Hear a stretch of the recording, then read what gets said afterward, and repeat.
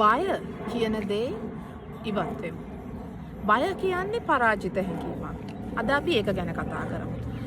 බය වෙන තරමට ජීවිතේ දියුණුව අඩාල වෙනවා. බය කියන එක තියෙන තාක්කල් අපිට ඉස්සරහට යන්න බැරි වෙනවා. ඇයි එහෙම මම කියන්නේ? මොකද අපි ජීවිතේ යම්කිසි අඩියක් ඉස්සරහට තියන්න හදනකොට අපි ඉස්සෙල්ලාම හිතන්නේ අනිත් මිනිස්සු මොනවා කියයිද දන්නේ නැහැ මම මේක කරන්න ගිහිල්ලා බැරි වුණොත්.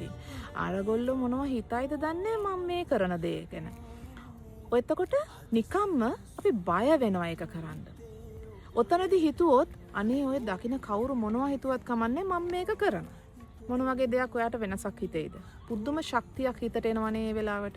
අනිත් මොකද අපේ බය තියෙන්නේ මේ ලෝකයා දිහා බලනකොට ලෝකයා මොනවා අපි ගැන හිතයිද? අරයා මොනවා කියයිද? අපි මෙහෙම හිත මේ බය කියන දේ මම අද ඔයගලට ඒක ගැන කතාවක් කියන්නම්. අපි එක පුද්ගලයෙක් කිව්වා මේ බෑග් එකක් අරගෙන යනවලු. ඒ බෑග් එකේ තියෙන ගල් මොනවද දන්නවද මේ ගල්? අල්ලපු ගෙදර මිනිස්සයා අපි ගැන මොනවා හිතනවා ඇද්ද? අපේ ළමයි අපි දිහා මොන විදියට බලනවා ඇද්ද? තව ගලක්. අපේ අම්මයි තාත්තයි අපෙන් මොනවා බලාපොරොත්තු වෙනව ඇද්ද? තව ගලක්. ඔය විදිහට අපි ගල් බර ගානක් අපේ බෑග් එකේ දාගෙන අරගෙන යනවා. මොන තරම් බරක්ද දෙයියනේ ඔය අරගෙන යන්නේ නේද? ඔය බෑග් එක බිමින් තිබ්බ දවසට ඔයාට මොන තරම් සැහැල්ලුවක් දැනෙයිද?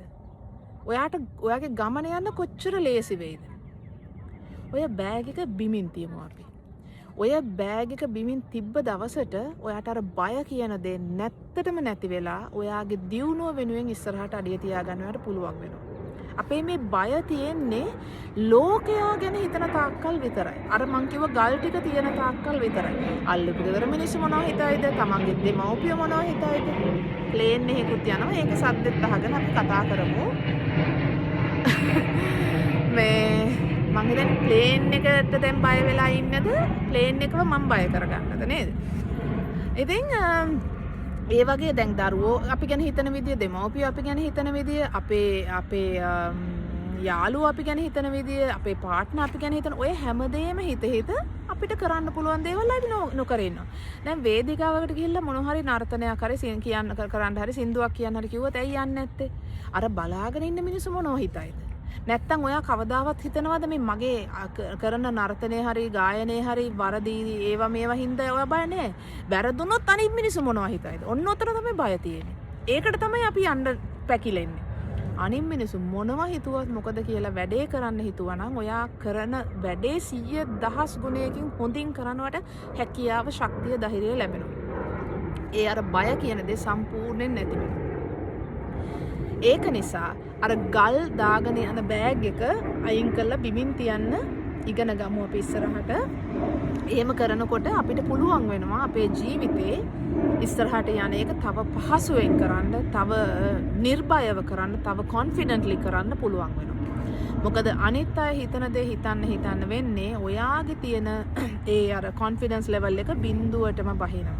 බය කියන එක ඔයාව වහ ගන්නවා. එතකොට ඔයාට කිසිම දෙයක් හරියාකාරව කරන්න ලැබෙන්නේ නැහැ. ඉතින් ඔන්න ඕක තමයි මට අද කියන්න ඕනුනේ.